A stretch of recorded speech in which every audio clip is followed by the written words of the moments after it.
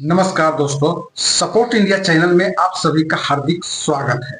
दोस्तों, आज हम बात करने वाले हैं सागा ग्रुप सोसाइटी में जो LUCC सोसाइटी थी, जो the Loni urban multi estate credit cooperative society के आवेदन को लेकर जानकारी देंगे। इस वीडियो को दोस्तों अंत तक सुनिएगा, क्योंकि भुगतान के लिए यह अनिवार्य कदम है। अगर आप आवेदन the Loni urban multi estate credit cooperative society limited में अपना पैसा निवेश किया है, तो यह वीडियो आपके लिए बहुत ही महत्वपूर्ण है।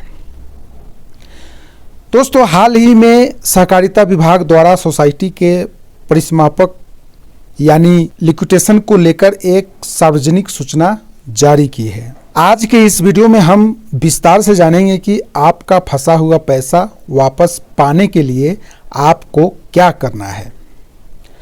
दोस्तों, फॉर्म कैसे भरना है, कौन से दस्तावेज लगेंगे और अंतिम तारीख क्या है, इस वीडियो को अंत तक जरूर देखेंगे, जिससे बार बार जो आप फ़ोन करते हो वो फ़ोन ना करना पड़े, आप कमेंट करते हो वो कमेंट आपको ना करना पड़े। तो चलिए दोस्तों, सबसे पहले समझते हैं कि यह नोटिस क्यों आया है। आधिकारिक आदेश के अनुसार LUCC के जो परिसमापन के लिए एक लिक्विडेटर यानी परिसमापक नियुक्त किया गया है, इसका मतलब है कि अब सोसाइटी की संपत्ति और देनदारी का हिसाब किताब हो रहा है। अगर आप निवेशक हैं तो आपको दावा क्लेम पेश करना होगा, ताकि सरकार को और अथॉरिटी को पता चले कि आपको कितनी राशि वापस लौटानी है। समय सीमा पर भी चर्चा कर लेते हैं। दोस्तों, आवेदन की प्रक्रिया पर, इस प्रक्रिया के लिए सरकार ने एक निश्चित समय दिया है। आवेदन करने की शुरुआत 15 जून 2026 से हो चुकी है और इसकी आखिरी तारीख दोस्तों 14 अगस्त 2026 है, यानी आपके पास लगभग 2 महीने का समय है। इसी के बीच आपको अपना आवेदन भरे, ठीक है दोस्तों। और ये दोस्तों जो है संयुक्त आयुक्त एवं संयुक्त निबंधन सहकारिता मेरठ मंडल 37A साकेत मेरठ के कार्यालय में भेजना होगा। ध्यान से सुनिए, संयुक्त निबंधक सहकारिता मेरठ मंडल 37A साकेत मेरठ के कार्यालय में आपको भेजना है जो आप आवेदन करेंगे, या फिर आप इसे खुद जाकर जमा कर सकते हैं, या फिर रजिस्टर डाक यानी कि स्पीड पोस्ट द्वारा या फिर कुरियर के जरिए आप भेज सकते हैं। दोस्तों, आवेदन फॉर्म में क्या क्या भरना है और क्या क्या जरूरी दस्तावेज लगेंगे। साथियों, अब बात करते हैं कि फॉर्म में क्या क्या जरूरी चीज़ें चाहिए। दोस्तों, व्यक्तिगत जानकारी यानी कि आपका नाम हिंदी में या इंग्लिश में हो, पिता का नाम जो आधार कार्ड में हो, पैन कार्ड, आधार कार्ड, सोसाइटी का विवरण, आपकी सोसाइटी की सदस्यता यानी कि मेंबरशिप ID और सोसाइटी का खाता नंबर, निवेश का विवरण, कितनी राशि जमा किया और किस प्रकार निवेश था, FD था, RD था या बचत था या MIS था, इसमें आपको ब्याज के साथ कुल कितनी राशि बनती थी। अगर आपका फिक्स्ड डिपॉजिट है तो उस पर ब्याज लिखा हुआ है, आप लिख दीजिएगा। बैंक का विवरण का नाम यानी जो आप अपने बैंक अकाउंट लगाएंगे उसका बैंक का नाम होना चाहिए। ब्रांच कहाँ की है, IFSC कोड। सबसे ज़रूरी बात है कि अगर आप पासबुक का पेज लगा देते हो जिसमें बैंक खाता संख्या, IFSC कोड, बैंक शाखा सब होता है, वो अगर वो नहीं है तो आप एक कैंसिल चेक यानी कि लगा सकते हैं, ताकि आपका जो है सीधा पैसा आपके बैंक अकाउंट खाते में पहुंच जाए। इसमें दोस्तों एक नया फोटो आपका लगेगा, न्यूनतम फोटो जो बिल्कुल नया फोटो होना चाहिए, और उसे किसी राज्य पत्रिका अधिकारी द्वारा सत्यापित करवाएं। दोस्तों इस विषय में इससे पहले भी लिक्विडेटर ने भी बताया था कि आपका जो फोटो है उस पे किसी अधिकारी का जो है सत्यापित होना चाहिए, और उसके बाद उस फोटो के ऊपर जो है आपका सिग्नेचर भी होना चाहिए। दोस्तों सावधानी और सुझाव भी हम आपको देंगे। एक बात खास ख्याल रखें, फॉर्म तो आप उनकी साइट से भी डाउनलोड कर वहाँ पर वेबसाइट पर जाकर के आप डाउनलोड कर सकते हैं। किसी भी फर्जी व्यक्ति से सावधान रहें। फॉर्म में आपको जो है सारी चीज़ें बात जो है जो मैंने बताया है वो सारी चीज़ें फॉर्म में भी लिखी हुई है। तो फॉर्म भरते समय कोई भी जानकारी गलत न दे, जो सही जानकारी है वही जानकारी दे, गलत जानकारी ना दे, अन्यथा आपका जो फॉर्म एप्लीकेशन जो दे रहे हैं, आवेदन कर रहे हैं, दोस्तों अपने सभी मूल दस्तावेज की फ़ोटो कॉपी लगाएं, मूल प्रति अपने पास संभाल कर रखें। जो जीरफ कॉपी है यानी कि जो फ़ोटो कॉपी है वो ओरिजिनल डॉक्यूमेंट्स नहीं भेजना है। तो दोस्तों अगर आपने यह आपके परिवार में किसी ने इस सोसाइटी में निवेश किया था तो बिना देर किए इस प्रक्रिया को पूरा करें। समय सीमा का विशेष ध्यान रखें, क्योंकि 14 अगस्त के बाद कोई भी आवेदन स्वीकार नहीं किया जाएगा।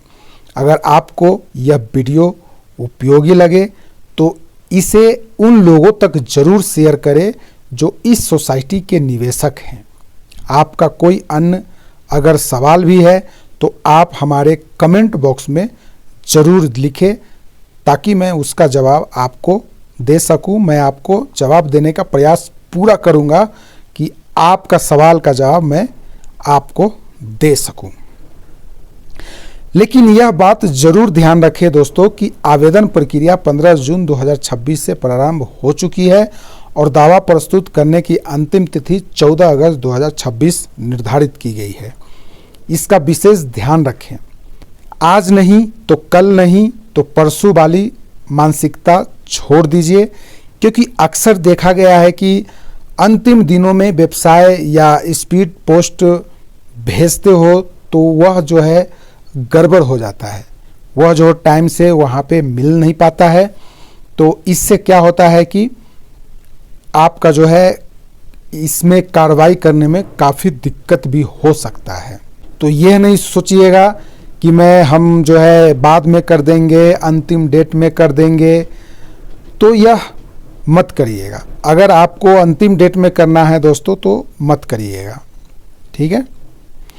अब बात करते हैं आपको क्या करना है। दोस्तों एक बात और बताना चाहूँगा, अगर आपके पास पूरे दस्तावेज नहीं भी है तो भी आप यहाँ पे आवेदन जरूर करें। उसके बाद जो है दोस्तों अपने बैंक खाते का विवरण बिल्कुल सही भरें। ये सारे चीज़ में बता दी है, जो IFSC कोड ये सब है ये सारे मैं लगभग बता चुका हूँ। नहीं अगर ये सही से नहीं भरेंगे तो आपका जो है आवेदन रद्द भी हो सकता है। अगर आप सही भरेंगे तो भविष्य में यदि भुगतान की प्रक्रिया होती है तो राशि सीधे आपके बैंक अकाउंट में ही आएगी। जो चीज़ें मैंने आपको पहले बताई है, मैंने सभी वरिष्ठ नागरिक, महिलाओं और ग्रामीण क्षेत्र के निवेशकों से भी विशेष आग्रह करता हूं कि यदि उन्हें फॉर्म भरने में कठिनाई हो रही हो तो अपने विश्वसनीय परिजन और सामाजिक संगठनों के सहायता लें, लेकिन किसी दलाल व एजेंट के चक्कर में बिल्कुल न फंसे। यह याद रखें कि व्यक्ति यह गारंटी नहीं दे सकता कि वह पैसा जल्दी दिला देगा। यदि कोई व्यक्ति दावा फॉर्म भरने या भुगतान दिलाने के नाम पर धन मांगता है, पैसा मांगता है, तो उससे सावधान रहें। हमारा यही दोस्तों विश्वास है कि प्रत्येक पीड़ित निवेशकों को न्याय मिले और उनकी मेहनत की कमाई उन्हें वापस मिले। लेकिन इस लड़ाई में निवेशकों का सहयोग भी उतना ही आवश्यक होता है। जो निवेशक दावा प्रस्तुत नहीं करेंगे उनके लिए आगे चलकर अपने अधिकार सिद्ध करना अधिक कठिन हो जाएगा। इसलिए मैं पुनः आग्रह करता हूं कि अपने सभी दस्तावेज एकत्रित करें, फॉर्म भरें, निर्धारित समय के भीतर अपना दावा जरूर करें। साथियों, आज इस वीडियो के माध्यम से मैं आप सभी से एक और अनुरोध करना चाहता हूं, कृपया इस वीडियो को अधिक से अधिक लोगों में शेयर करें। हो सकता है कि आपके एक शेयर से किसी ऐसे निवेशक तक पहुंच सकता है जो उनको अभी तक ये विषय में बिल्कुल पता ना हो। तो हो सकता है कि आपके एक शेयर से किसी बुजुर्ग का लाखों रुपए का दावा सुरक्षित हो जाए। हो सकता है कि आपके एक शेयर से किसी परिवार को न्याय की उम्मीद मिल जाए। अंत में दोस्तों मैं यही कहूँगा कि समय बहुत महत्वपूर्ण है। अपने अधिकारों के प्रति जागरूक बनिए, दावा प्रस्तुत कीजिए, सभी दस्तावेज सुरक्षित रखिए और मैं किसी भी अफवाह या भ्रामक सूचना पर विश्वास मत कीजिए। अगर कोई भ्रामक सूचना पालता है तो विश्वास न करिए। तो दोस्तों चलते चलते एक बार और मैं इसका एड्रेस बता देता हूँ। संयुक्त आयुक्त, संयुक्त निबंधक, सहकारिता मेरठ मंडल 37A, साकेत मेरठ, और जो पिन कोड नंबर है दोस्तों 250001, ठीक है, या फिर 250003, ये दोनों मान्य है। ठीक है दोस्तों, ये दोनों पिन कोड आप यहाँ पे डाल सकते हैं। दोनों पिन कोड से आपका ये जो है रजिस्ट्री आप करते हैं तो ये चला जाएगा। अगर आप गूगल से भी अगर सर्च करेंगे तो वहाँ भी आपको यही पिन कोड मिल जाएगा। तो दोस्तों मैं आशा करता हूँ कि वीडियो से आपको काफ़ी नॉलेजफुल मिला होगा, आपको काफ़ी कुछ पता चला होगा। तो वीडियो को शेयर करें, फिर मैं बता दूँ, और हो सके तो इस चैनल को अभी तक जो भी सब्सक्राइब नहीं किए हैं तो इस चैनल को सब्सक्राइब कर दें ताकि ऐसा वीडियो आप तक तुरंत पहुँचे। तो मैं इसी के साथ इस वीडियो को एंड करता हूँ। ओके, जय हिंद, जय भारत, नमस्कार।